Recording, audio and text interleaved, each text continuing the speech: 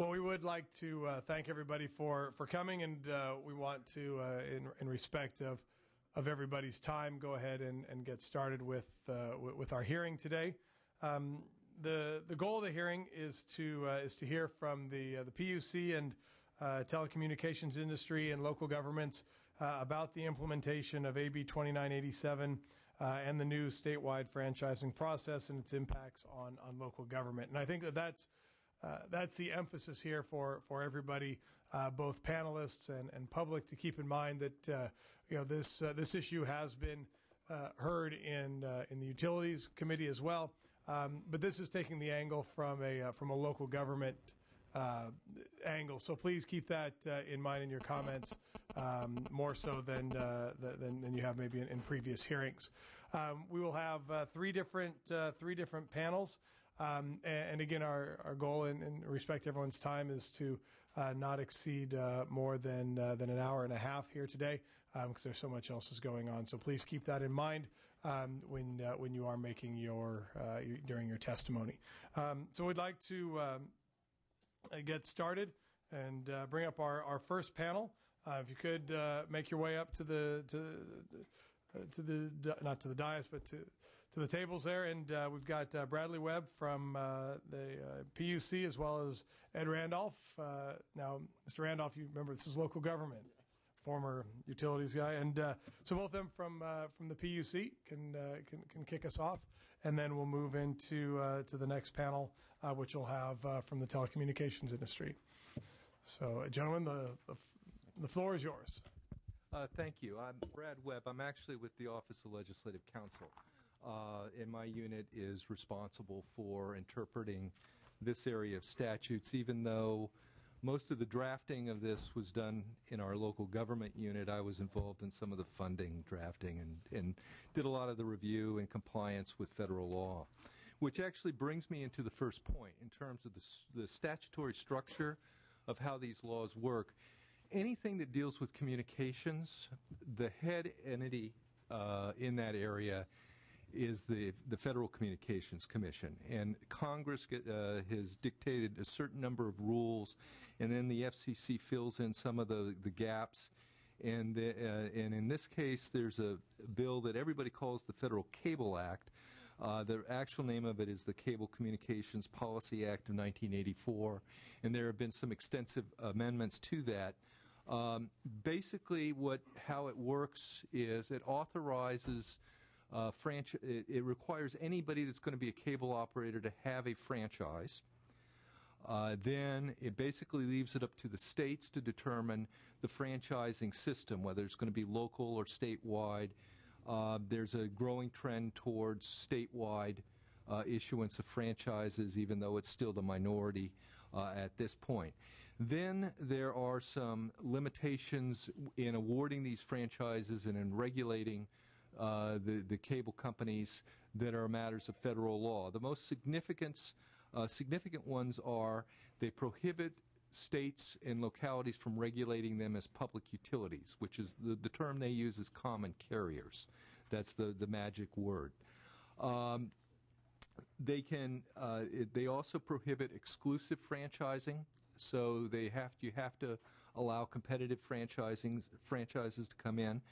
They authorize you to require certain support for what everybody calls PEG, P-E-G, which is public, educational, and governmental channels, but they then limit what you can require. And they also authorize the collection of franchise fees, but then have some restrictions on what the franchise fees can be collected on. It has to be gross, 5% of their gross income from certain types of income and not some unrelated types of income.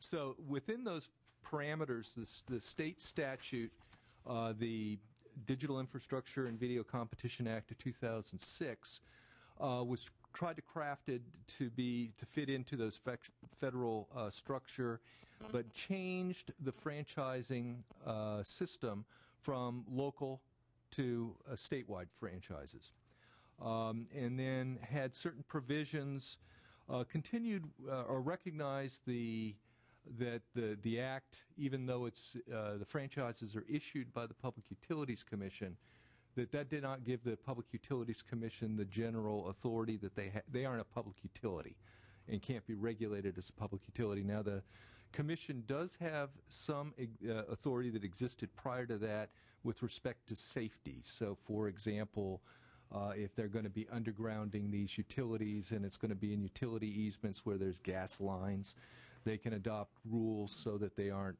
causing fires and things. There were provisions for phasing out the local franchises and becoming the state-issued franchises. There were also some build-out and anti-redlining requirements that Mr. Randolph will go into much more in terms of how the PUC is implementing them. And there were some limits, some of which are no longer in effect in terms of rate increases. The major one of which the PUC has to implement is cross-subsidization. So that basically if the telephone corporations are getting into the cable television business, they can't subsidize their ability to compete with the other cable operators by jacking up their telephone rates. Some of the important other provisions that are in the law deal with the amount of the PEG support. Again, that was the law basically attempts to achieve the maximum amount that the Federal Cable Act will authorize. And then there's some customer service protections that can be enforced by the local governments or in court. And much of the enforcement that's in the Act is actually dependent upon individuals can enforce it in court. I'd also like to welcome Assemblymember Cotto from the committee to the panel as well. Thank you, Mr. Cotto. Thank you. Mr. Randolph. Good afternoon, Chairman. My name is Edward Randolph with the California Public Utilities Commission. I'm their Director of Government Affairs. I have the members do have a slide deck here. I promise you I will skip over almost all of them in the interest of time. Most of them deal with our overall actions on with DIVCA, keeping in line with the request today to talk about what the PUC's done since it's been implemented and focused on the local government roles. Most of the stuff I will skip over and just leave it for your information for later review. Want to start out, DIVCA, as Brad had mentioned, one of the key issues it did was shift who issues the state franchise from the local government, or the video franchise from the local government to the PUC.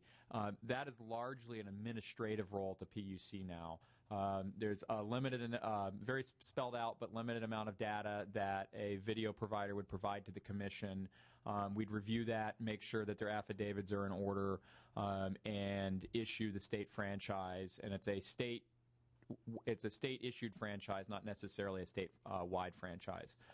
The bill itself specifically provides that the video providers are not public utilities and has very specific language on limiting the Public Utilities Commission's jurisdiction to those issues spelled out in the Act. So issues beyond what we are specifically given into, the legislature forbade us from going for regulating those areas. And some key issues of those is we have no jurisdiction over their rates or terms of conditions out there. The franchises are issued for 10 years, and I'm not following the slide deck. The franchises are issued for 10 years, and then the franchisees would come in for renewal at that point. The PUC, our roles beyond issuing a state-issued franchise, we do have the authority and the obligation to enforce the build-out requirements and the non-discrimination requirements in DIVCA, and I'll get into those in just a second. We also provide an annual report to the legislature. The next report, this says expected to be distributed by the end of August, so sometime in the next few weeks.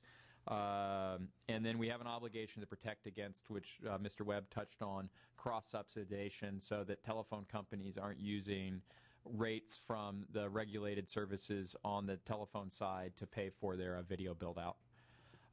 Moving to some specific data points. Since the passage of DIVCA, the CPUC has issued a total of 108 video franchises to 37 different companies. A lot of companies, as you can tell by the numbers, choose to, instead of getting one state-issued franchise, depending on their geographic makeup or sometimes the makeup of the company, if one company will get multiple franchises. As there, 2/3 of all video customers in the state are now served by state video franchise holders. The rest of the video customers who have facilities-based or landline-based video service would still be operating under a local franchise. The statute provides for a transition where eventually every provider would have to have a state-issued franchise, but local franchises that were in effect at the time the statute passed could continue to roll out until their natural expiration, or those video providers could have already gone and requested a state-issued franchise. The next slide deck is, in essence, a bar chart of what you just saw and the growth of the state-issued franchises since the passage of the Act. We're up to the 108 at this point. One of the more debated issues within DIVCA was build-out requirements for new entrants into the market. A concern was if they were going to get a state-issued franchise, there should be some obligation that the new providers do aggressively build out to their new service territories. The bill was written in a way that, based on technology and in some extent on the size of the company, your build-out requirements were slightly different. Though, for the purposes of looking at the big picture and the two biggest providers, Verizon and AT&T, their rules were slightly different. Verizon was required to build out to at least 25% of the households in their telephone service area in the first 2 years of their build-out. They've met that requirement. AT&T was required to build out to 35% of the households in their telephone service area within the first 3 years, and they've met that requirement. And in both cases, it doesn't require that 25% of their customers have the video service. It's just that they have access to the video service. And then AT&T and Verizon both have specific requirements on how many households they pass that meet the definitions of low income. And as the slide chart says, within the first 3 years, at least 25% of the households that they offer service to have to be you have to qualify as low income, and they've met that requirement. And then an additional requirement out there was, as for every 10,000 customers AT&T and Verizon provide service to, they need to provide service drops or service at no cost to a community center. And they do report to us, and we are tracking that. And so far, they still continue to be in compliance and providing the service at no cost to the community centers. Upcoming deadlines, build-out requirements for Verizon. They have to have built out to 40% of their telephone service territory within 5 years, and AT&T 50%. And also within 5 years, they have to have offered telephone service to at least 30% of at least 30% of the homes must be low income. Touching a little bit just to kind of emphasize the PUC's limited responsibility, DIVCA leaves a large part of the operations of video build-out to an operation to the local governments. The local governments still assess and collect the franchise fees. The local governments still are the ones who would be responsible for CEQA review of any constructions that's needed for build-out, for issuing encroachments permits. They still have authority on time, place, manner of how the franchise holders would access the public rights-of-way. They have some access over the emergency alert, or some authority over the emergency alert services that the providers would provide, and they also oversee the PEG channel obligations for the providers. And each one of these, the PUC has very limited to no authority if the video service provider is not complying with the rules there, except potentially at the end of the franchise at 10 years, when they come up from a franchise renewal, they would have to certify that they're in compliance with all the local ordinances. And I think from there we can skip over the rest of the slides unless the committee is interested in those. One thing I would like to note, and for interest of time, I'll just leave these for you to look at. One of the goals of the Act was not just to provide video competition. It was also to promote the deployment of broadband infrastructure across the state. The slides towards the end, and I don't think I need to go through them today, do lay out the dramatic increase of competition for video service we've had since the rollout of DIVCA, and point out the increase in access to broadband since the rollout of DIVCA. I wouldn't suggest that the increase in broadband is solely due to DIVCA, but there is an understanding that for the telephone companies and laying fiber optic, the video service is oftentimes the cash cow that justifies running the service out. And this slide here is particularly important, that residential wireline access to broadband services has increased 20% since the passage of DIVCA. And then these last slides, and I won't get into the complicated numbers, what they do show, however, is if you compare the technologies used to provide broadband, and especially this slide, the speeds offered. So not only are more people having access to broadband, if you compare the speeds offered over the last several years, you see an increasing amount of folks with broadband also have significantly higher speeds offered, so faster and faster broadband, as the video providers and other providers are laying fiber optic and other technologies to the new communities. Yep. Thank you. We also have Vice Chairman Ana Caballero has joined us, and if there are any questions for this panel. Yes, Ms. Caballero. I do have a question, and I'm referring to the local entities responsibilities page of the presentation. A very good presentation. Thank you for a well put together PowerPoint and explanation. I served in local government when this was passed, and fought it vociferously because I believe in local control, but I also understood that in the era of new technology, you got to move into the future. And so the question I have is in regards to the local entities' responsibilities. You indicated that there's no oversight of those. It's all left up to the local government. And I see some local government representatives that'll come up next, but I'm wondering about blue-collar communities that have a hard time keeping staffing levels up. And then to add to that, one of the things I liked about local control is that at least periodically you'd bring on someone to negotiate the contract, and so you had to have somebody looking at performance and kind of access in the community, those kinds of things. But now that it's taken out of the control of locals, I'm just wondering, with all the cutbacks that local governments have had to face, whether there's we really have oversight of this at the local level in the way that we would. And I know you're not the person to answer this because it's not your purview, but I think it might have been a good question to ask of the League of Cities to do a presentation to tell us a little bit about. I know we had a contract to do this kind of work in our city, and I'm doubting that contract is still there because we're not negotiating anymore. And so I guess it's more of a statement rather than a question. And I just wonder if, particularly as it gets to emergency alert information and the PEG channels and support, it obviously is done by a region rather than as individual cities. But I'm just wondering, and so I just kind of leave that out there, and maybe we can ask some of the panelists that come after that. If there's a uniform way that this is being done. Is my question. And I might add it, and it's not directly in the PUC's jurisdiction, but having watched DIVCA very closely since its rollout, there are some cities who have been very actively involved in monitoring. I mean, the city of Los Angeles, for one, has been very active in monitoring, and other cities have not.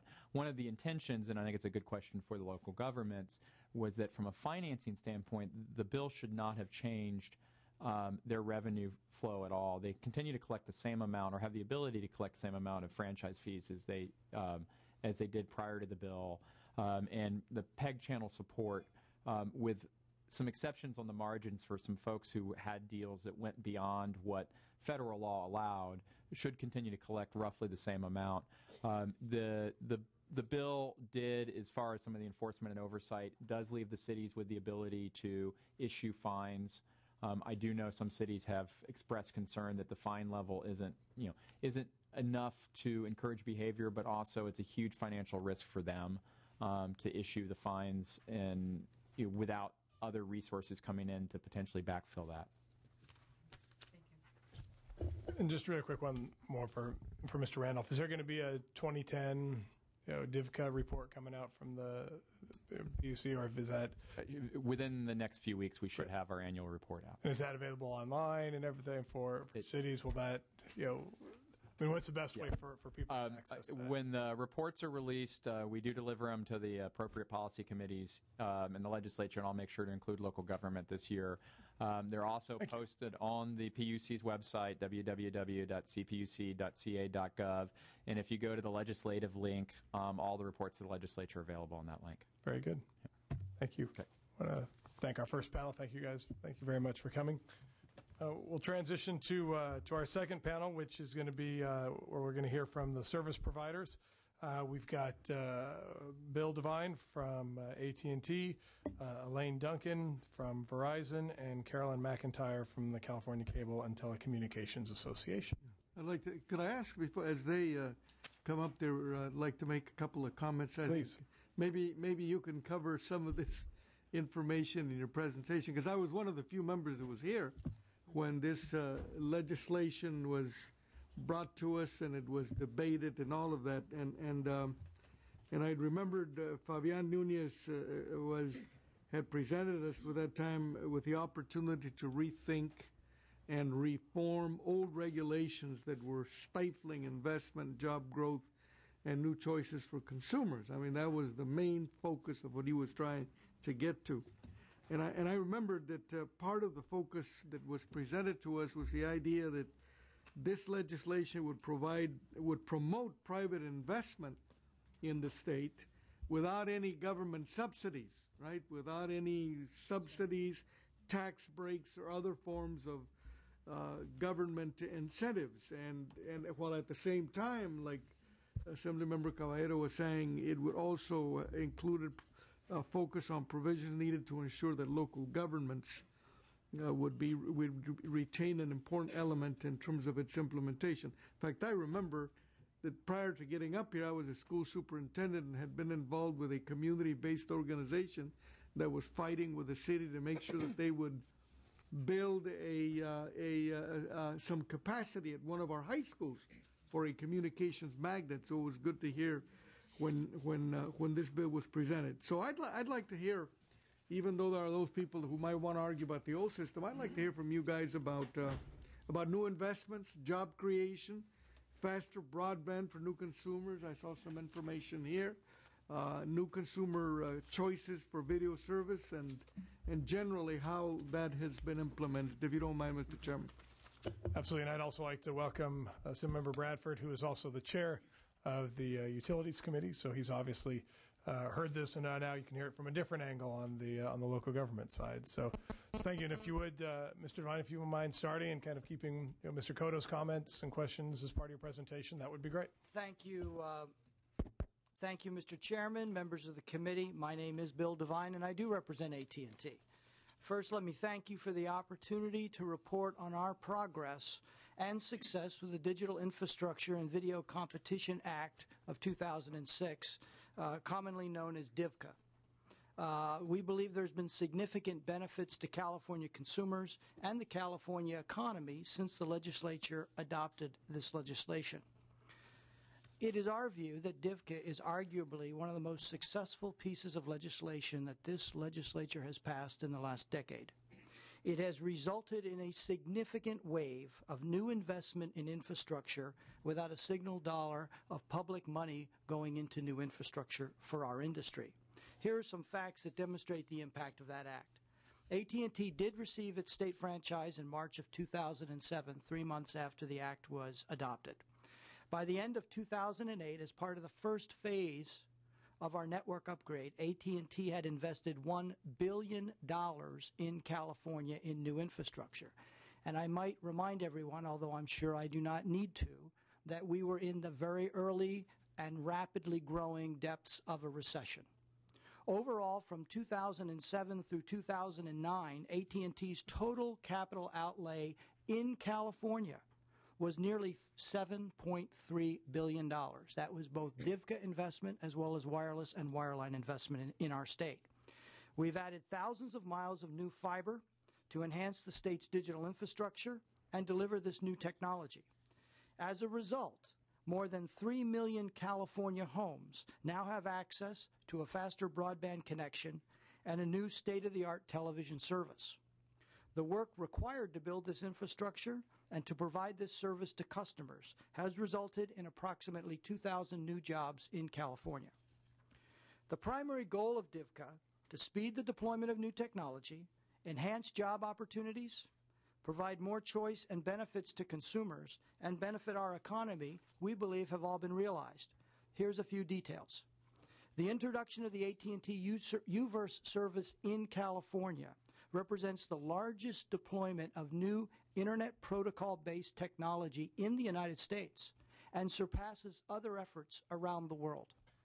In fact, when we rolled out this new technology, there were many naysayers who said, you won't be able to get past 100,000 customers or 1 million customers because they didn't think this system had the capacity to provide this type of service. And it's working nationwide very effectively. It did require an unprecedented effort and investment in the communities around California, and, interestingly enough, it required us to work very collaboratively with local government after the statute was passed. Key provisions of the legislation designed to protect local government revenue and allow them to maintain control of the rights-of-way. So, for example, municipalities where we provide service do receive the 5% franchise fee as part of the state franchise. In fact, AT&T has paid more than $34 million in franchise fees and PEG support fees since we have launched our service. The data suggests perhaps as much as 30% of our new customers are from non-cable services like satellite, which translates into millions of dollars of new tax revenue to local government that was otherwise being lost. To date, we've applied for and secured some 15,000 local building permits, with thousands more in the pipeline today, all working through local government permitting processes and procedures. We now offer AT&T UVerse in 260 communities and counties throughout California. The legislation, as Mr. Randolph pointed out, did have build requirements for all the carriers. By working collaboratively with local government, we have met those requirements in the legislation. AT&T's 3-year commitment to build to 35% of our service territory has been accomplished. Additionally, we were required to provide service to all income levels throughout California. We reported to the Commission in April we met the standard of passing 25% of the homes in our service territory where we had the UVerse product for low-income households. Since the legislation has passed, there's been a great deal of cooperation between ourselves and local government. All of this has been accomplished in the last 3 years. And frankly, it represents a very real effort on the part of AT&T and local government to seek solutions to issues and to work together to deploy this new technology. While the legislation provided for a statewide franchise, our work with local government continued throughout this process. Each community has their own unique needs and requirements. For example, immediately after the passage of this legislation, AT&T and other carriers worked with the League of Cities to develop an implementation manual to provide assistance to the cities in interpreting and understanding the statute and resolving questions. The goal here was to avoid a city having the industry say one thing and having possible staff say something different. So we worked very closely with the League to find that kind of unity. And we've continued to work through that process with local government.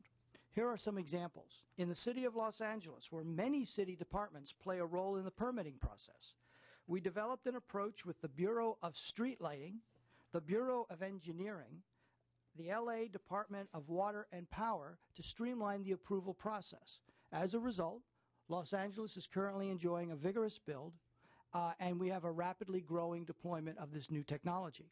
In San Jose, we partnered with the city to develop project guidelines and a team approach on the processing of permits. With this approach, we've been able to extend the service to 95% of our build planned in the city. The city has shared these project guidelines with other companies building in the right-of-way, and it's become a new model for how San Jose does business. Here in Sacramento, we've been working with municipal and county staff to address things like aesthetics, landscaping, placement, and graffiti abatement prior to permit issuance. We embraced the goal of, quote, 0 calls to City Hall from homeowners adjacent to equipment placement. We have not had a single permit denied in the Sacramento area. DIVCA also contained provisions for continued support of community access programming and for other services. We launched the first public educational government, known as PEG, programming on our IP-based UVerse product in Foster City in 2007. We are now providing PEG service in 89 cities throughout the state of California. In addition, the bill authorized local government for the first time to collect a fee to support the cost of PEG facilities, which was 1%. And that is of our gross revenues in each jurisdiction. We are meeting that obligation as well. So we believe this is an unprecedented piece of legislation. It has been an unprecedented success, and in the middle of the deepest recession in our lifetime, this piece of legislation has encouraged a significant amount of investment throughout the state of California. And I might add, it is not just AT&T that's making this commitment. There are companies all over our state that are investing in new video technology for California as a result of this legislation. So it is our view that we should be commending the legislature from 2006 for the work they did, the progress they made, and the commitment both local government and the industry made to making this legislation a success. Thank you very much. I'd be happy to answer questions. Thank you. Mr. Cotto. Bill, $7.3 billion. Would you repeat those investments you mentioned initially? Thank you. $1 billion you said, 2,000 new jobs, and $7.3 billion by AT&T? Was that? That is correct. But I do want to make some distinctions because, in all candor, I am mixing some apples and some oranges, so I don't want to mislead anyone on the dais. By the end of 2008, on the network upgrade for DIVCA, AT&T had invested over $1 billion in California. From the 2007 timeframe, when the act was adopted, through 2009, we've invested $7.3 billion in all our new infrastructure in California. And as we look out on the landscape, obviously these systems required personnel to build, and to install, and to create the software, and all the things that come with building this system. We estimate approximately 2,000 new jobs were created in the state of California. And we are passing now upwards of 3 million homes in California in a 3-year window. Thank you. Thank you. Mr. Bradford. I guess my question, it has to do with job creation because I wasn't here at the time when the legislation was passed, but it was my understanding that there was a greater commitment to jobs than what has developed to this point. And understanding the infrastructure, there's no doubt the amount of resources that have been put into this project for infrastructure. I'm hearing that the jobs that were promised are far shorter than, that has been created and far shorter than what was promised. Can you speak to that? I don't believe in the debate in 2006. There were hard commitments on specific jobs or job locations or total number of jobs. There were estimates offered during the debate that estimated, and this was, of course, prior to the recession, there were estimates that if we had a robust build, there were thousands of jobs possible. So I believe that we are on track with the promises and the commitments that were made. Now, the industry is a very dynamic industry. And as you know, Mr. Chairman, there's a number of lines of business in the telecommunications industry that are growing at a rapid pace. Video franchising, and the investment there is growing. Wireless is growing. But as you know, the wireline business is declining at a rapid pace. In fact, in the wireline business, upwards of 25% of the citizens of California are choosing alternative technologies and alternative companies to providing those services. And by wireline, you mean actually like hard lines on their phones? And hard lines into the home.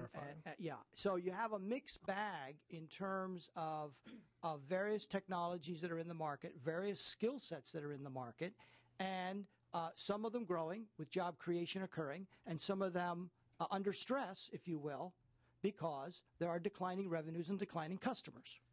Now, the industry, as you know, also invests significant dollars in various programs for training and retraining of our employees. We have ongoing training programs for employees that are currently on the payroll. In addition to that, there is retraining programs available, and there are, for those jobs that are threatened, additional training and college courses that are funded by the companies in cooperation with our union to provide training to our employees. So it's a variety of things. It is unfortunate that we're in a recession, and frankly, we wish we weren't losing the market share we are, but we are. So has there been a net gain or a net loss of jobs since DFCA has been passed without mixing apples and oranges and Heartline versus... Yeah. I'll be truthful with you, Mr. Chairman. I don't have a hard answer for you, but I'll be happy to get that for you, and we'll lay out those numbers. Thank you. Ms. Duncan, why don't you take your turn at the floor? Thank you very much. I'm Elaine Duncan. I'm here on behalf of Verizon, and I echo Mr. Devine's very positive comments about DFCA. It has been an unprecedented piece of legislation, and I think it's been very good for the state of California, the competitors who are participating in the video space, as well as the local governments. What I'd like to talk to you about briefly today is Verizon's entrance into the video market in California since 2007 and before, a brief summary of the products and services that we offer, as well as our interactions with local government. First of all, Verizon started our Fios build, which is the network basis of our video product, in mid-2004. Fios simply stands for fiber optic service. It's what we have chosen to do to transform our copper circuit switched network to an all-fiber IP network. It's a unique network. It brings the speed and the capacity of fiber all the way from the central office into your home. And that enables us not only to provide voice service, as we do over the copper network, but also extremely high speed internet services, video, and new services that have not yet been developed. It's a network that is faster, it's more reliable, higher quality, and much more efficient to operate than the old copper network. Now, we started, as I said, we started our Fios build in 2004, and at the same time, we started negotiations for local franchises in mid-2004, following the existing local franchise by local franchise model that existed for cable TV services before DFCA. After 18 months of negotiations in January 2006, we had 3 local franchises, Beaumont, Murrieta, and Apple Valley, which are wonderful cities, but it took a long time, a lot of effort on their parts and on our part. When DFCA took effect a year later, in that ensuing year, we had negotiated another 15, so we had 18 local franchises. Again, with all due respect to the cities, I think it was a challenge for them and for us to go through this very resource-intensive process. In March 2007, after DFCA passed, Verizon received the very first state video franchise, and we instantly expanded our capability from 18 municipalities to almost 80. In December 2007, we again amended our video franchise to increase our footprint substantially to over 120 municipalities. Today, we offer video services to 1.2 million households, up from about 350,000 when DIVCA first took effect. As both the representatives from the PUC as well as Mr. Devine mentioned, Verizon, like AT&T, is on track to meet or exceed the benchmarks that have been set by DIVCA. As of the end of the year, Verizon has exceeded our statutory commitment to make video service available to 25% of our telephone service area by the end of 2009. At present, almost 38% of our telephone footprint is video capable based on the reports that we just submitted. And so we're well on our way to meeting the 40% build goal set for 2012 in the statute. Likewise, we've met and exceeded the 2010 goal that 25% of our video-capable houses must be low income, and we are working towards the 30% goal set for 2012. And as has already been alluded to, we provide free broadband service to a continually increasing number of schools and community centers in underserved areas as required by DIVCA. The products and services we offer, I won't go into extensive detail, but essentially we have a full suite of video products, high definition and digital channels, premium sports channels, video on demand, and so forth, including over 20 foreign language premium channels. In the PEG arena, we have launched approximately 115 PEG channels, with over 35 of those being rebroadcast and reused in other municipalities. In terms of data and internet, we have the top-rated broadband service in the country with speeds up to 50 meg, 20 meg download, upload at the highest tier. Beyond that, there's bells and whistles that I must admit go beyond my knowledge or understanding, but you can get Facebook and Twitter on your TV, you can meld your TV and your phone service, and so forth.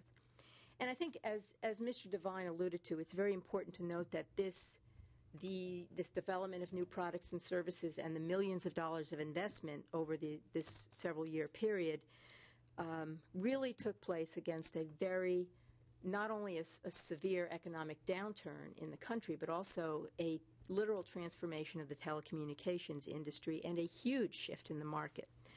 Customers are leaving traditional voice providers in droves, frankly, and they're going to cable providers. They're cutting the cord and going wireless only. So this investment and the offering of new services by companies like Verizon and AT&T is really essential for them to be able to compete in the marketplace.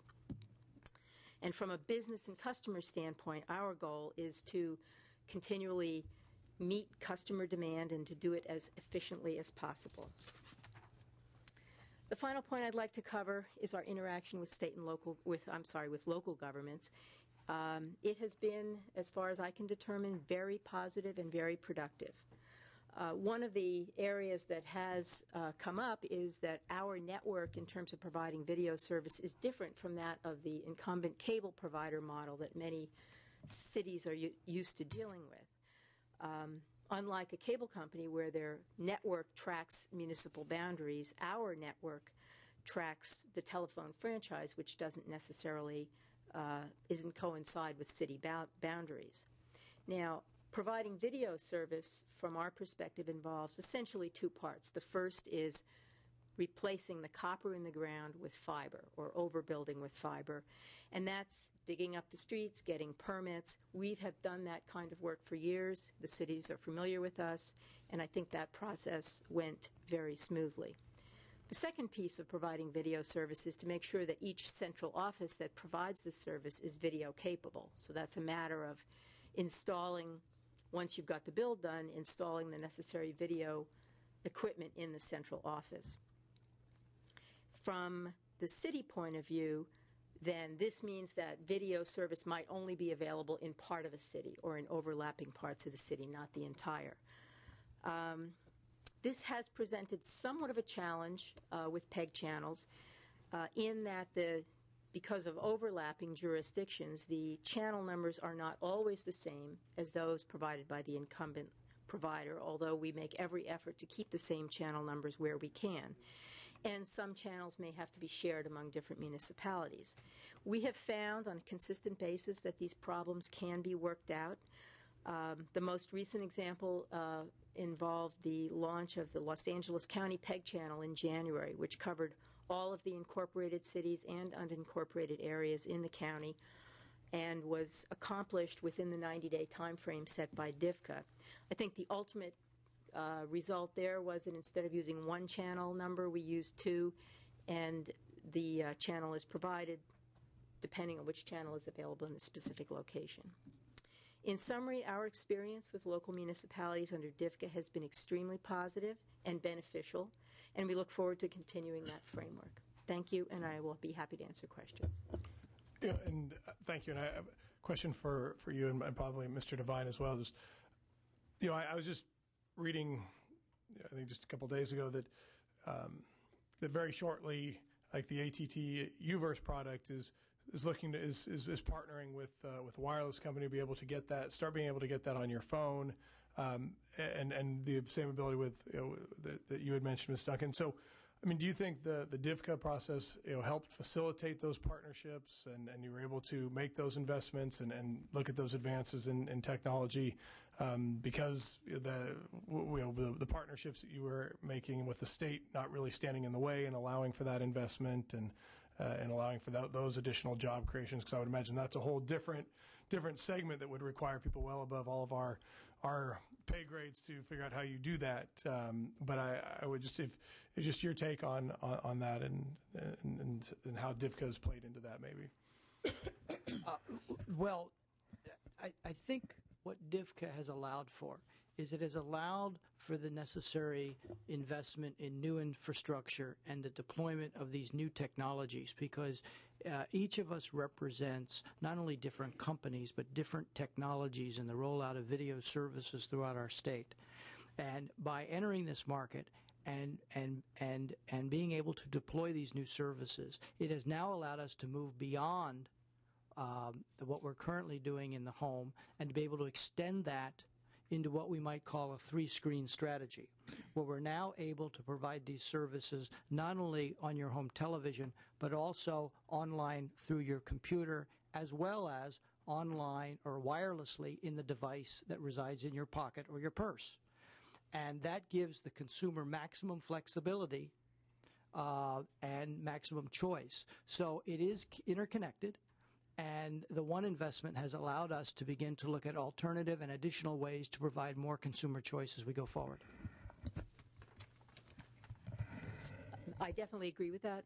The other thing I would add is that what had traditionally been separate and discrete networks are becoming more and more converged.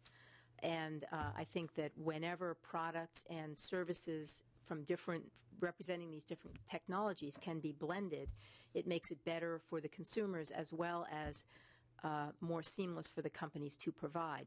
A simple example is that wireless calls are not all transmitted over a wireless network. They obviously use the wireline network. They use the fiber backbone in order to backhaul the calls. So it's all connected, and I think that as Mr. Devine said, investment in one area spurs investment in others. Thank you. Ms. McIntyre. Well, thank you, Mr. Chairman, for the opportunity to be a part of this panel. As you know, the cable industry has been in the cable video franchising business for numerous years, predating the passage of DIVCA. We've had an ongoing relationship with local government where we have historically negotiated franchises at the local level. However, since DIVCA, many of those local franchises have in fact been converted to state franchises. Of those remaining, probably about a third, I think Mr. Randolph pointed that out as well, about a third of those that were previously local franchises continue to exist. Ultimately, we will see a move, see that they will all be transitioned over to state franchises. With regards to the build-out requirements, the build-out requirements in the DIVCA legislation did not pertain to the cable industry, being that we were already in the business, and generally our local franchises required us to build out and be prepared to serve the full franchise area. So our systems in the areas that we serve were built out prior to the enactment of DIVCA. Having said that, we continue to make investments in our cable infrastructure as well as our broadband infrastructure that enables us to provide better speeds and better video service to our customers. In fact, since the DIVCA legislation was enacted, the cable industry has invested almost $7 billion. And when you think about the fact that since 1996 we'd actually invested about $20 billion, and $7 billion has actually been since the enactment of DIVCA, you see that our commitment to the state in providing these services is pretty significant. We currently continue to build our employee base. We currently have about 31,000 employees in the state. That's actually more employees than we had when the DIVCA legislation was in fact enacted. We're pretty proud of that fact, given the economic downturn that we've all experienced. We're not only happy to say we've maintained workforce, but we've actually increased it. We continue to value our relationship with local government. Although, as I stated, many of our franchises are at the state level, we continue to pay the franchise fees to local government. That's 5% of our gross revenues. We pay an additional 1% of our gross revenues to local government to support public education and government programming. And I would add that every home that receives a video service through the cable industry also has access to the California channel, which does in fact provide the citizens an opportunity to see the legislature in action. Much to our shame, probably. But, that's we currently have about over 6 billion cable customers in California. And I would note that the market is very, very competitive. And one of the things that DIVCA has added is it has enabled consumers to have many more choices of providers than they had prior to that time. The consumer now has the ability to move from one provider to the other if they're not happy with the service that they're receiving. So we're very proud of the customer service that we're providing, and we are pleased to see that one of the J.D. Powers Consumers Reporting Magazine actually identified a cable company as being number one in terms of providing competitive service and customer service to its customers. Lastly, I want to point out that the cable companies do business in multiple states throughout the country. But even so, we are very much local companies. We make significant investments. We support our communities not only with the jobs that we provide and the investments in capital, but by supporting the investments in programs and in people.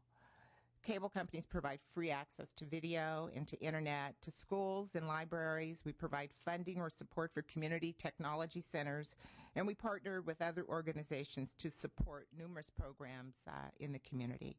So before and after DIVCA, cable companies have continued to be good corporate citizens and to embrace our role as such in the communities. Thank you. Mr. Cotto. I just, we don't hear very often of legislation that we do pass and the results of it, and it's very rewarding to hear the positive way that you're presenting this legislation, because what I gather is that in terms of new investment and job creation and faster broadband and more options for consumers and great cooperation, it looks like, between all levels of government. It's been I'm hearing you say this has been a huge success. Mm-hmm. Is that kind of what I'm hearing from you? Yes. Not without problems, not without issues, because it's like they say, it used to take us 8 years for scientific knowledge to double. Now it takes us 24 hours, I'm told. So things are changing rapidly, but it just sounds like that the vision that Mr. Nunez and the members then had for this legislation is in large part being Members like yourself, Mr. Cotto, that were And members members like yourself. That's right. Those of us, none of us else were here, of course. So. well, you have to, Absolutely, absolutely. Hey, Thank you very much for your presentation. Thank you, Mr. Bradford. Yeah, I too want to thank the providers or presenters, I should say, but I guess my biggest challenge after spending almost 13 years on local government and was serving on local government when DFCA was passed, and to hear the expansion of PEG channels when I know just the opposite exists. It might be more channels available, but there's far less content because the funding sources that these cities had through the direct franchise no longer exist, despite the 1% to 3% that is being provided for PEG channels. You can check almost any city I know in LA County. They have fewer and fewer PEG channels. Their studios have closed because most of that was subsidized by those local cable companies that did a great job at that. I guess the second issue also, even with greater choice, and the consumer has far greater choice today than they had prior to DFCA.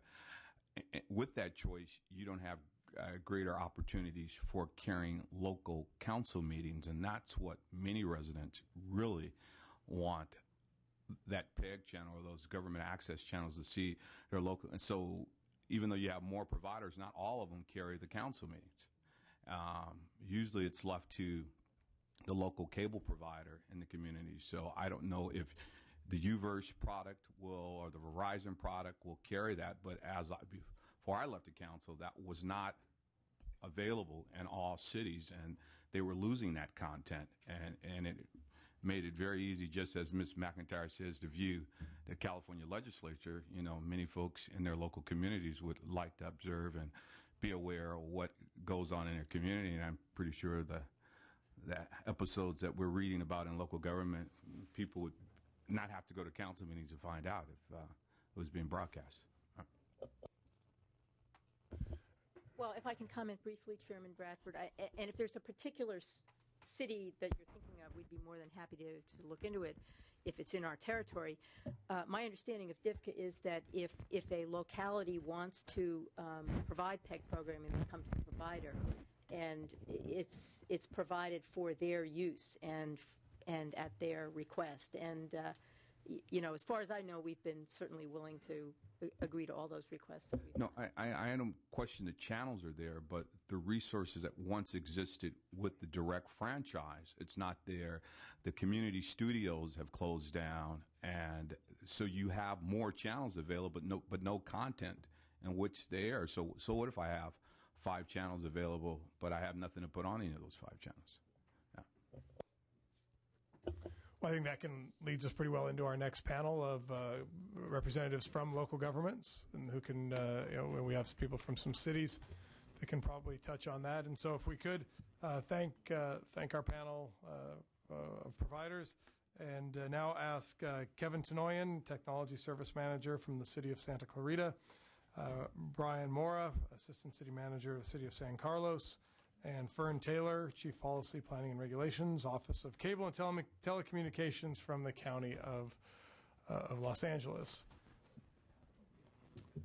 Exactly.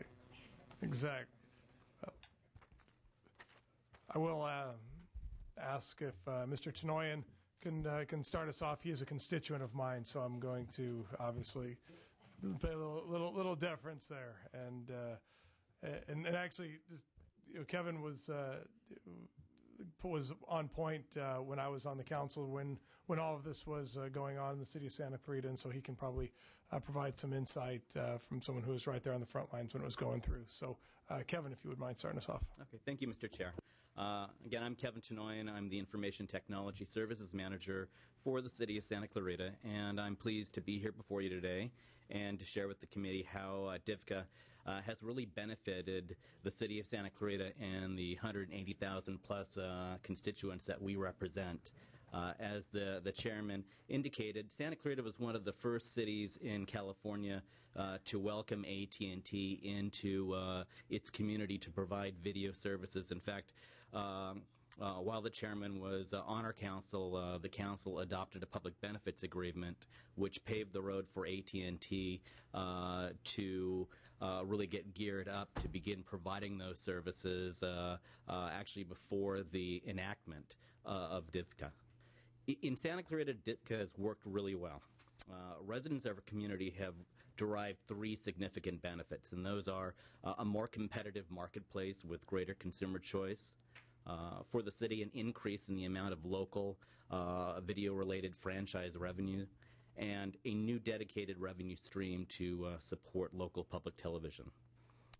Historically in Santa Clarita, the community and our residents have had few competitive choices in the marketplace. Part of this is because of the topography of the city and the majority of our residents not being able to receive over-the-air transmissions and through limited incumbent providers in the marketplace. In fact, until 2007, the residents of our community only had two choices, and that was the one sole incumbent cable provider or looking for a satellite option. The emergence of AT&T's UVerse television service in May of 2007 has been a real big deal to our community, providing them with something that they've longed for, and I can tell you as the person who received those calls on a very frequent basis, the power of choice in the form of a third competitive television service provider. Since May of 2007, approximately 18,000 homes in Santa Clarita have exercised that power of choice, opting to subscribe to AT&T's television services. In fact, among all, I believe it's 260 California cities, Santa Clarita is in the top 10 in terms of total number of residents who subscribe to AT&T's UVerse service. The city's analysis suggests that a significant portion of these excuse me, back up one second. Since the introduction in 2007, the city's experienced an overall increase of about 40% in the amount of television franchise-related revenue that it receives. The city's analysis suggests a significant portion of that increase in video-related franchise fees is as a result of the residents taking advantage of their power of choice and subscribing to AT&T's offering in lieu of satellite services, which, as the committee is aware, does not generate franchise revenues at the local level.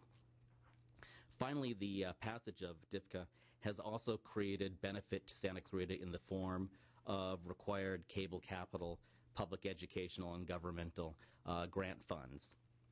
Santa Clarita currently receives approximately $325,000 a year in capital grant monies, which have become an integral part of the city's approach to manage and fund local public television services. Santa Clarita has been able to leverage those capital PEG funds as a part of an overall strategy to support local public television through the creation of a joint powers authority encompassing the city and several of our local school districts. Capital PEG funds support facility and equipment-related costs, allowing agencies that participate in the JPA to pool their monetary and in-kind services to support local television services, which are managed by a third-party nonprofit organization. And it really has allowed the community television in our city to expand programming that is available to our community. Thank you. Thank you. Thank you, Mr. Chairman and members. I'm Brian Moore from the City of San Carlos. I also serve as the chairman of the San Mateo County Telecommunication Authority, which is a joint powers authority in Silicon Valley, and we represent a population base of 540,000 and 17 cities in one county. I would say that our experience with DIVCA has been a mixed bag. I think there's some good news and some bad news, and some of the committee members, some of your questions, you've touched upon them, I think, and I'll go into that a little bit in a minute.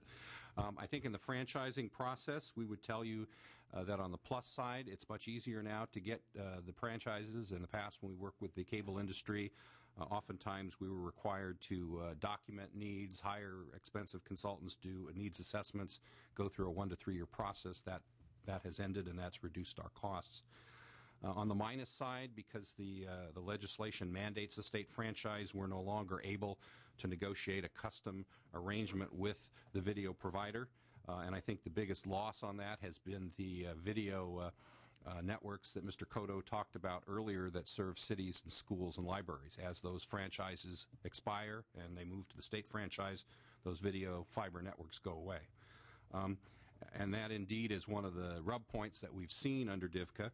Several of the cities in our county that had fiber networks under the old franchise regime, and in some cases actually paid city money for them, are now fighting with their cable operator about whether or not they can continue to use them. For example, in the city of Daly City spent $700,000 of general fund money several years ago to pay for fiber networks to every school and library and fire station in their community.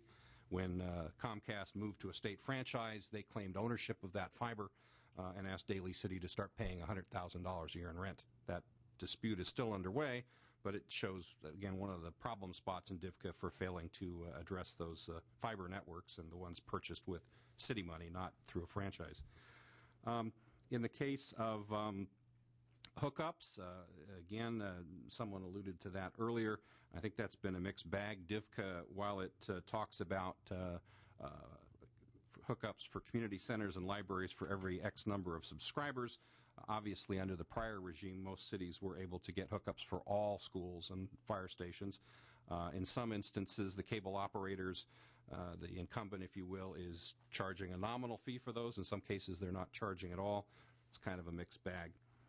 In terms of customer service, I think during the hearings on DIVCA, and I think the Assemblywoman raised that issue earlier, there was concern that by moving to a statewide franchise where there was no substantial ability for cities to enforce and fine bad behavior, that the cities no longer had a stick to enforce customer service. That is indeed played out.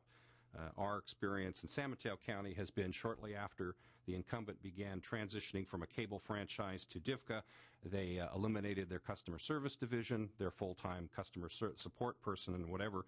Ironically, they transferred these people to the franchising division, which we found somewhat puzzling, given that, at least our experience is, it's easier to get a state franchise than the previous franchise. But again, that's a decision from the incumbent. We have continued concerns about customer service in the future. Another area of concern that we have has to do with universal service, as was alluded to earlier. In prior legacy franchises, that was a requirement of every video provider that they provide services to all homes unless they were X distance from the head end. So in most cities in our county and most cities around the state, there is either universal service or pretty close to that. As the cable industry moves to the DIVCA regime, where the requirements are in the 20 to 50% coverage range, one wonders if in 5 years from now we're going to have universal service, particularly in the poorer areas and rural areas where it's not as profitable to provide service. And in particular, I'd point out to you what's going on in the Northeast in the United States, where Verizon is selling some of their less well-performing markets to another provider. We're concerned that that might happen in California as well down the road. In terms of what we heard promised during the DIVCA hearings versus what happened on the ground, I think, again, it's a mixed bag.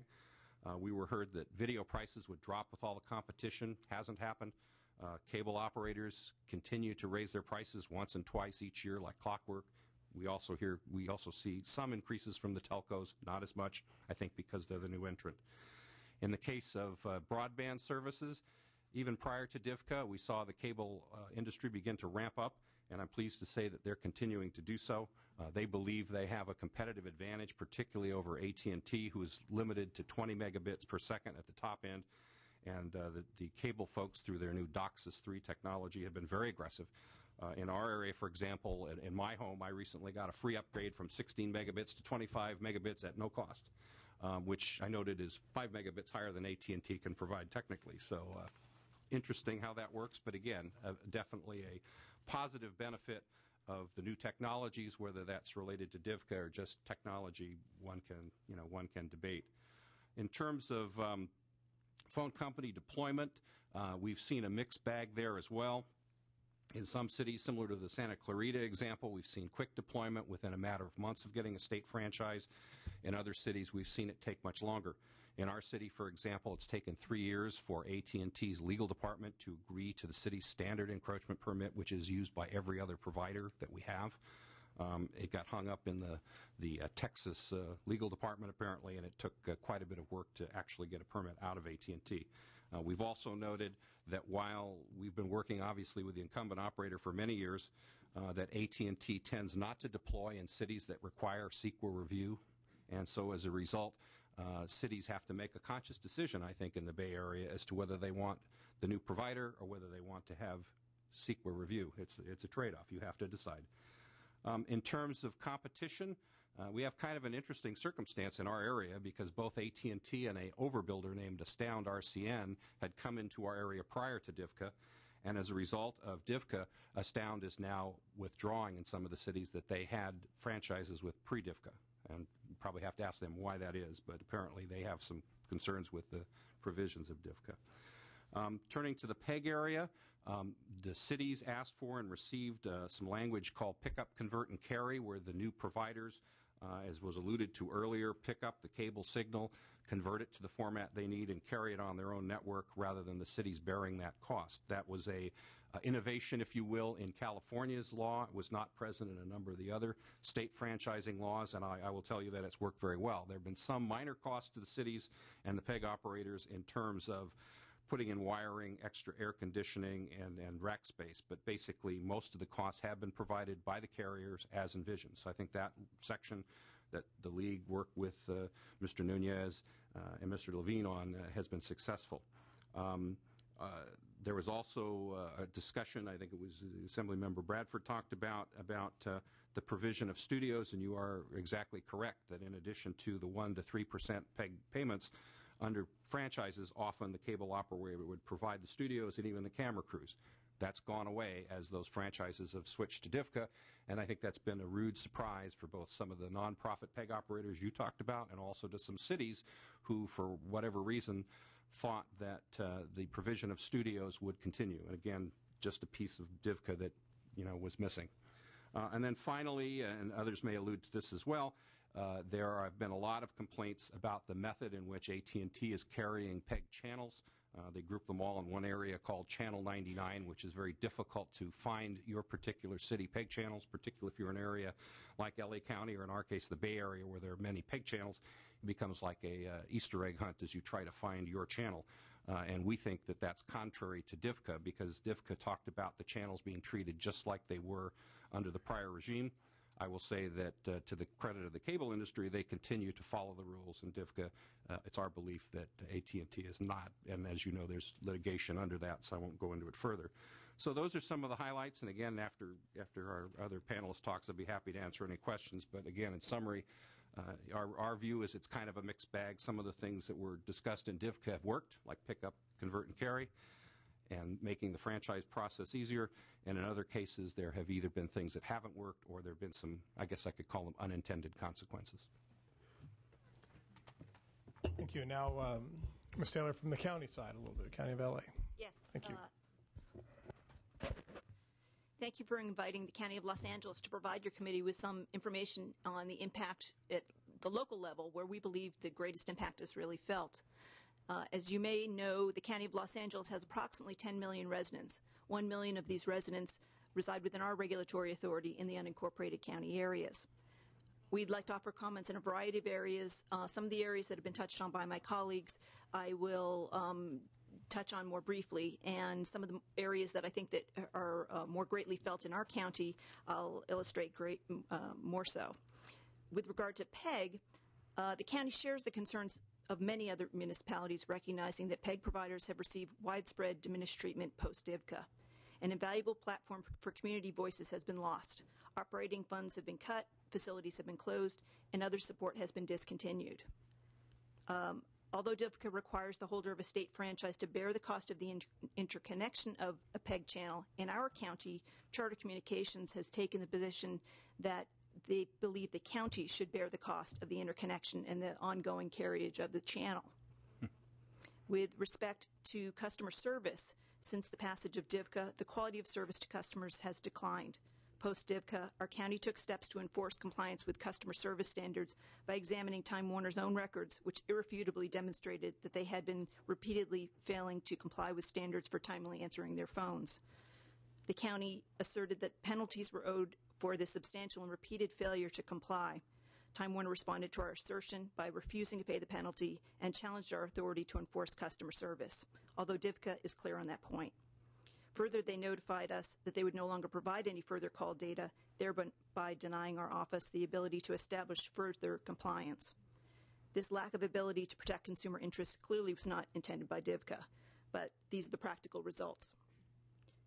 We view customer service as broader than what happens after a customer has been acquired.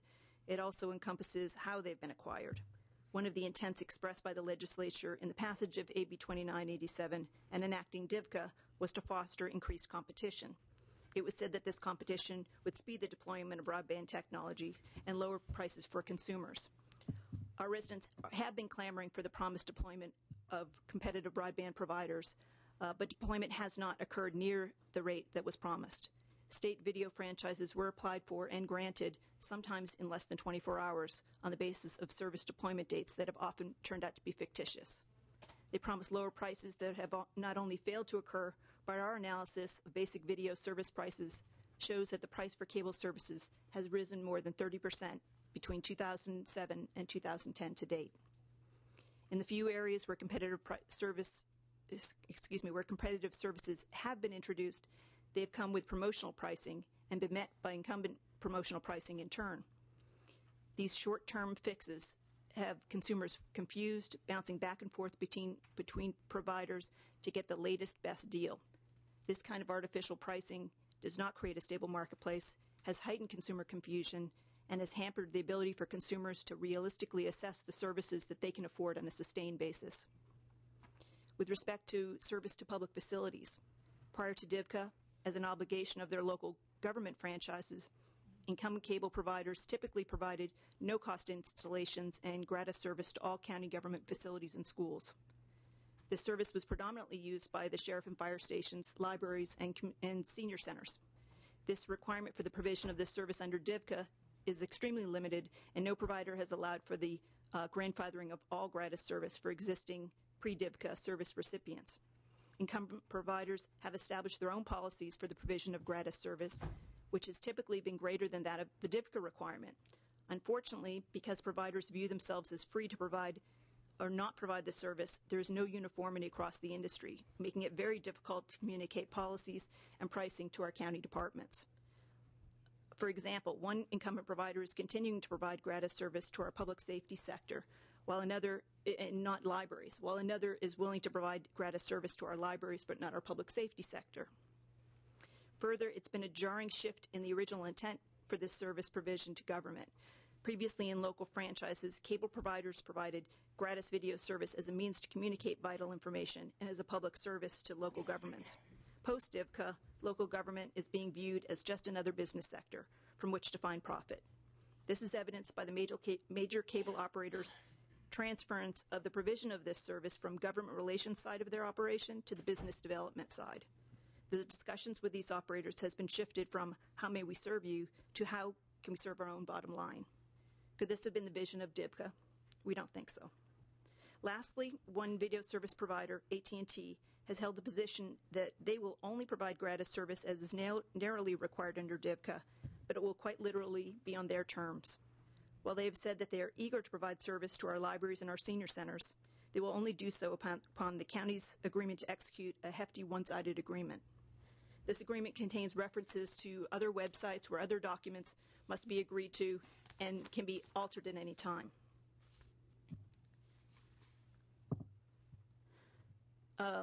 What AT&T asked of us is to provide them with a red line of their agreement to give them some feedback as to what provisions we'd like to see changed. The county did so, and we were eventually told by AT&T that they're unwilling to make any of the changes that we had requested, because then other municipalities will want similar changes, regardless of the merit of our amendments. With respect to franchise fees, I must say video service providers have paid their franchise fees timely as required under DIVCA. Whether the franchise fees that are being paid have been paid accurately is difficult to tell. Each cable operator and video service provider provide their own summary because DIVCA does not provide for a uniform structure for providing data on how they arrived at their franchise fee payment.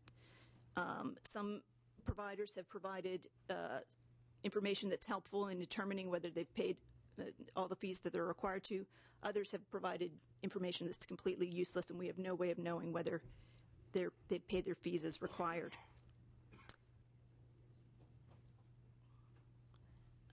With respect to right-of-way issues, we believe that each municipality should have the right to conduct a CEQA environmental impact review as is required, and we want to preserve the continuing role of localities to determine time, place, and manner requirements. One of the greatest negative impacts of DVCA is the loss of local control and the ability to seek compliance through enforcement provisions. Most local franchises had various tools including the imposition of late fees, penalties, or liquidated damages for providers' compliance failures. Unfortunately, the tools in our enforcement shed have been significantly blunted by DVCA. Under DVCA, in virtually all circumstances, if video service providers don't voluntarily comply with requisite provisions, we must seek legal remedies through a court of law. This requirement has a dampening effect not only on local governments seeking compliance, but also on video service providers' desire to comply when it appears more cost-effective for them not to do so. They are aware of the financial burdens facing local government and understand that local governments may not be able to pursue litigation, particularly when the available penalties are dwarfed by the enforcement costs. A good example is customer service. Under DVCA, half of the penalties assessed must go to the state, even if the cost of the enforcement exceeds the penalties recovered. And again, the remedies that local jurisdictions and video service providers successfully utilize pre-DVCA often prove useful as an incentive to find common ground or compliance. This is in contrast to the polarizing, costly, and chilling effect that litigation has created. This is another area where DVCA surely has not achieved its purpose. We have numerous concerns related to the impact and implementation of DVCA. In particular, the change in attitude and treatment of local government by video service providers has worsened, and this trend is troublesome. Nonetheless, despite the restrictive nature of DVCA, I would like to acknowledge two video service providers for their positive attempts to try to find creative solutions to the problems that have arisen. Both Verizon and Cox Communications have not used DVCA as a means to restrict their obligations to local government and their communities. Instead, they have continued to find ways to partner with us to foster government industry solutions for mutual benefit of our residents and our subscribers. We thank them for bridging the gap and finding the opportunity beyond some of the practical and misdirected provisions of DVCA. Thank you. Thank you very much. Are there any questions for our local government panelists? Well, thank you, guys. Thank you very much. And I think I think we provided a pretty broad. Mr. Bradford. Sure, I do. I was for the city of Santa Clara or Santa Clarita. I'm sorry, I should have known that's your home. My bad. Yeah. Help me understand how that JPA works. Is that a collaboration of the cities, the school districts, all of them pooling their money together in order to enhance, cable access or channel access? I'm just trying to see, is that how that? Yeah, the JPA is a collaboration of the city and several of our school districts. We set up the JPA agreement specifically not to require a monetary contribution. We gave the different agencies the option to either contribute monetarily, in-kind services, or just have a seat on that board to give direction and help frame the vision for public television in the community. The school districts are actively making staff resources available to our nonprofit provider to help them pursue grant opportunities. The city is utilizing its PEG fees in terms of monetizing facility cost and providing upgraded equipment for our facility. And our council made a decision to make a $50,000 a year contribution to the nonprofit to help them with their personnel costs. The rest is incumbent upon them to go out and create either sponsorship opportunities or seek grants to cover their costs. And what are you finding the annual cost to run those channels based through your nonprofit? Is it? We're in the first year, and we're actually going to be sitting down with them with our authority board in September to go through their first year cost. I can tell you that the executive director of the of the nonprofit. He does that at no salary. He has a real strong passion for local television. He has 3 part-time people right now who are working with him. Again, some of the personnel cost is coming from the city. Some is coming from the college who needed to rent the facility while theirs was under construction. Our largest and most significant costs have been in terms of capitalizing the facility and getting the studio up to par with equipment, and that's where we've been spending the majority of our capital PEG dollars. So did you have a studio prior to DIVCA? Yes, we're continuing at the site that we are at. Just upgrading it? And we've been upgrading it. And has your content expanded, remained the same, or diminished in any way? I would like to say that our content has expanded.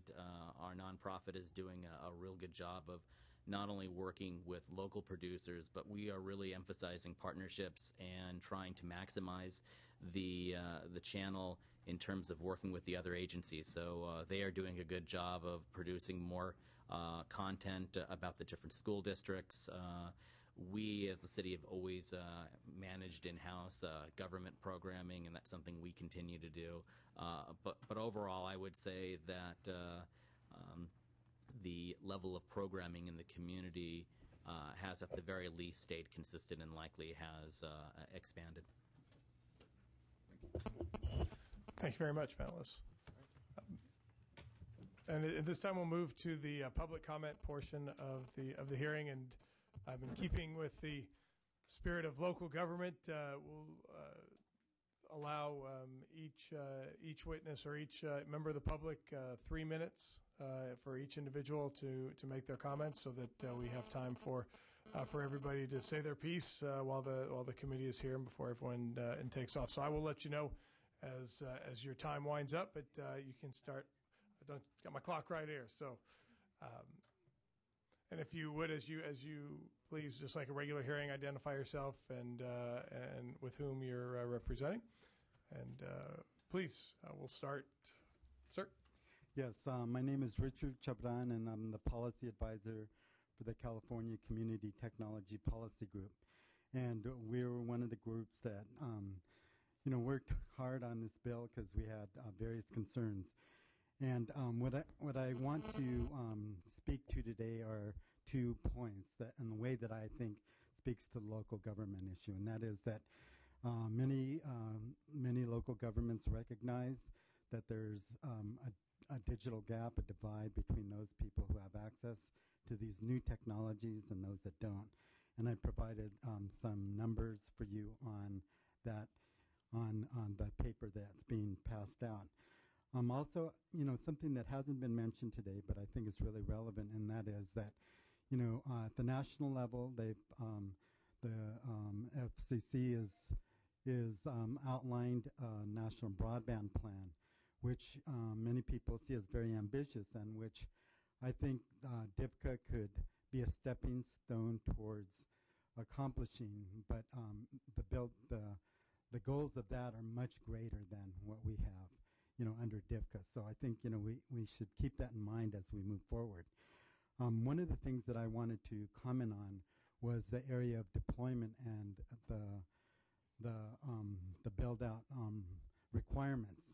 And we've been really disappointed that the Public Utilities Commission has not collected data on the type of technology, because as we've heard here today, the type of technology really is an important factor in determining whether or not the providers are building out in the correct manner. It wasn't just a matter of using any technology to build out. It was really using fiber. So we really need to have information from the Commission that clearly tells us not just about general broadband deployment, but about the specific kind of technology that's being used, so that we can really have a good picture of how that's happening. So, I'm not, I just don't think we in the public really have that sense of confidence to know. So I'd really like to see that more specific kind of data provided to us. And again, today it wasn't really presented by the Commission nor by the companies. The second issue that I wanted to mention was the requirement of having a free drop. When that provision was talked about, the intent was to provide a space for people that may not have access at home to be able to use the new technologies and also to learn about them. And therefore, it's really ironic that up to this date, the providers and the commission have refused to say where those community sites are located. So if we have these sites, what good is it if people don't know where they are? And I think it's kind of ironic because I remember in the old days, the cable companies would, out of pride, saying, we're being good corporate citizens. Look at all the places that we have it. And now, even though they say they're complying with it, we don't know where they are. So I think this is something that really is a local issue that, it impacts people locally. And I hope that that we can start to learn where those community sites are that are free. So we really want to promote that to happen. Thank you. Thank you. Next speaker. Okay. My name is Sue Buskey. I've been working here in California and across the country for about the past 30 years, working with communities, community media centers, local governments to help them more effectively and efficiently use the local cable channels, the public education government access channels, to the benefit of the public. Today, we've evolved from the sort of classic PEG access TV station to what we call community media centers.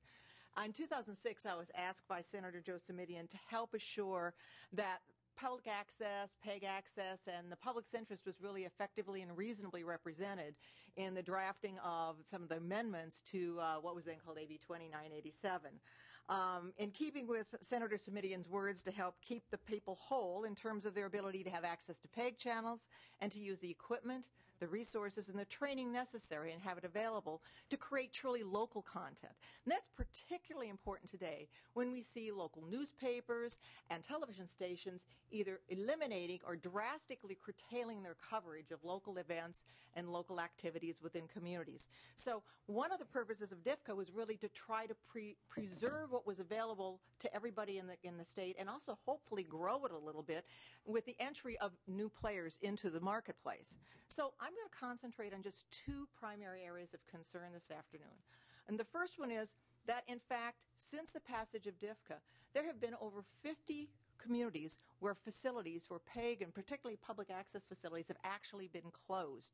On the last page of your kit, you'll see a list of those 50 locations. Now, it's a moving target, so I can tell you today there may be 5 more added to this and 2 more removed from this, but we've been trying to monitor it over the last 3 or 4 years since the passage of DIFCA. So the question becomes, why has that been happening? And it really boils down to a couple of key points. In most cases, in these communities, the cable operator was providing PEG services through an in-kind obligation in their local franchise. They weren't writing a check to the city or the county. They were providing studios and employees to help facilitate the community's use of the cable system. However, when the transition occurred from the local franchise to the state franchise, there was nothing under DIFCA that required the new state franchise or the incumbent that became a state franchisee to continue to provide that in-kind support. So what happens? The facilities close. People lose jobs, and the communities lose access to resources that they otherwise previously had. Now, that is something that's frankly a loophole in DIFCA. There are a lot of good things about DIFCA that have happened, but as Mr. Bradford has mentioned, his community happens to be one of the communities where, in fact, the public access facilities totally closed down as a result of this loss of in-kind services that were originally part of local franchising and went away as a result of DIFCA. Now, yes, somebody did mention, in fact, that there is that 1% fund that others have mentioned that a local government can get, but the 1% fund must be used solely for equipment facilities. At least that's what the operators are saying. So there's nobody to fix the equipment. There's nobody to put the programming on. There's nobody to train the kids, the senior citizens, whatever, in use of the equipment, whether it's a computer to do editing on the laptop, okay, or whether it's a little handheld flip camera or camcorder to check out and to document something that's happening at a senior center or at a community event. That is a big loophole in this bill. Now, ironically, prior to DIFCA, I negotiated personally numerous franchises where the cable companies voluntarily offer to provide the operating dollars. Finally, in closing, there's one other issue that I want to bring up, and that issue relates to something that was mentioned earlier, and that is that there is a service provider in the state of California right now that appears not to be honoring the terms and conditions, the intent, and the letter of the law with regard to the quality and functionality provided on PEG access channels. There is, in fact, litigation going on around that issue. Okay. And that is the only way that local governments have to, enforce certain kinds of things of this nature related to PEG access and implementation and fulfilling the obligations under DFCA when it comes to public education and government access. I've touched just the tip of the iceberg on a few key issues and would be happy to answer questions or to provide you more information at a later date and time. Thank you very much. Next. Aloha. My name is Sean McLaughlin. I'm Executive Director for Access Humboldt. I'm also a Knight Media Policy Fellow with New America Foundation. And want to thank you very much for convening this outside of the normal process in the local government committee. And I think that's a very important reflection of your concern about the issues, and I appreciate the education that you provided.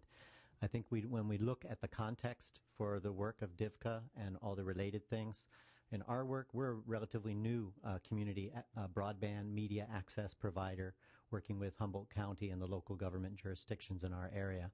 And we're reminded when we look at the federal law, there are really three pillars of the Federal Communications Act: diversity, competition, and localism. And I think the one that suffers most is localism. So in that sense, your committee's focus on this issue, I think, is really greatly appreciated.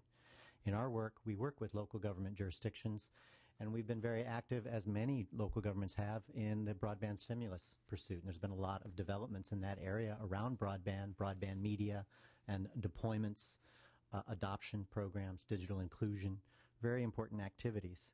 And for us, that has meant really embracing the federal agenda of comprehensive community infrastructure. And what that talks about is the need to intelligently design and deploy and implement networks across jurisdictions. So for us, we work with the county. Our closest partners are the sheriff's office, the community college district, and the libraries. And we started off as a community media provider. Go figure. But really, it's about looking at what is the purpose of communications. It's really a fundamental human need. And from a policy perspective, we look at it as a human rights issue. Are people allowed to have a voice? Do they have the means to have a voice? Well, how does the policy support and implement that? And I think when you look at the pattern of issues that comes up with DFCA, you see these issues come forward. And you've got to wonder, how are the constituents of the county jurisdictions, the city jurisdictions, the tribes? For us, we work with 4 different tribes in our area. Very different jurisdictional issues. And local governments. We work with community service districts, school districts, fire districts. All of these public investments, public resources are engaged. There's a lot of other investment besides private investment that's involved here. There's rights of way, spectrum, facilities, siting, so forth. So I really wanted to just sort of thank you for that offer, as others have, to continue to work with you. Many of us here, both at the local level, at the state level, are also engaged in the national policy discussions.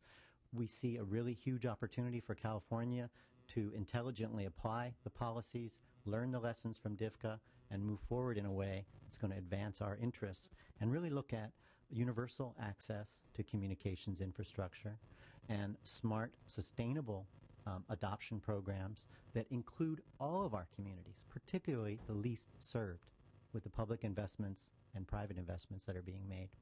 Thank you very much. Thank you. Thank you. My name is Stan Santos. I'm with Communication Workers of America. I'm also an employee of AT&T. I work on the UVerse project, which is deploying the UVerse services. We do the pair conditioning, and we splice the fiber, work in the telephone poles, and work in the manholes. But what I'm a witness of is it seems like it's going to become a self-fulfilling prophecy. Well, first I would have to say that CWA supported AT&T in the passage of DFCA. We were promised jobs, and the information that I provided is some of the public statements that AT&T and Verizon made regarding that. What we've found is that, in fact, there's been a net shrinkage of jobs. CWA has lost over 5,000 jobs since the passage of DFCA. It began almost immediately with a surge of subcontracting that began in April of '06, and which skyrocketed through '08 and was only somewhat slowed down due to our active members in opposing it, and also through arbitration cases that went all the way to arbitration and resulted in hundreds of thousands of dollars paid in lost wages. However, that left still thousands of our members who lost their incomes, actually suffered as a result of subcontracting. Another thing that we saw also happen with DIFCA is that jobs began to leave the state of California. Call centers are located all over the United States, and some in the Philippines and in other countries. So the promise of jobs was an empty promise. It was never fulfilled. And in fact, there's been a net loss in jobs to those folks who have been in the industry and dedicated their lives to providing quality service. On the other hand, the reporting requirements under DIFCA is the thing that I'd really like this committee and whoever else can to pay attention to. Those reports are not accurate. Those reports are not timely. Those reports do not even include all of the things that are under the statutory requirements of DIFCA they should provide as far as California jobs, California residents, and the services that are provided. So I'd like to call your attention to that. And also, finally, there are reporting requirements which I'd like to relate to one of the other counties that mentioned, the quality of service has deteriorated drastically since DIFCA. They're sacrificing all that to put their resources into wireless. Wireless is very limited. It's going to reach its maximum optimized ability to really deal with folks. And really, we're going to come back to cable technologies. But in the end, those cable technologies are deteriorating rapidly. Right now, our service techs are on forced overtime so that they can go out and handle tickets because AT&T has been downsizing the workforce, cutting the service techs. And as a result, the remaining ones are having to support just unmanageable workloads and the quality of service. The out of service, which should be reported within 48 hours, they should be reaching the out of service and trying to resolve it. That's not happening. Those tickets are disappearing in the database, and then they're being regenerated after about a week, after the customer's already called back and said, what happened to my tech? Why didn't he take care of my service? They're falsifying reports, and they're working the system, and it's to the detriment of the consumers of California. The same thing with new installations. And then they're saying that it's because of decline in demand for wireline services, and that is not accurate. So to summarize, let me just say one more thing. Wireline is still alive, but they're going to, the self-fulfilling prophecy, they're going to let it die, and they think that everything can be carried on wireless. That's also discriminatory. Thank you. I want to thank you very much for coming. I want to thank everybody for participating, and our staff and members for being here. And this meeting is officially adjourned.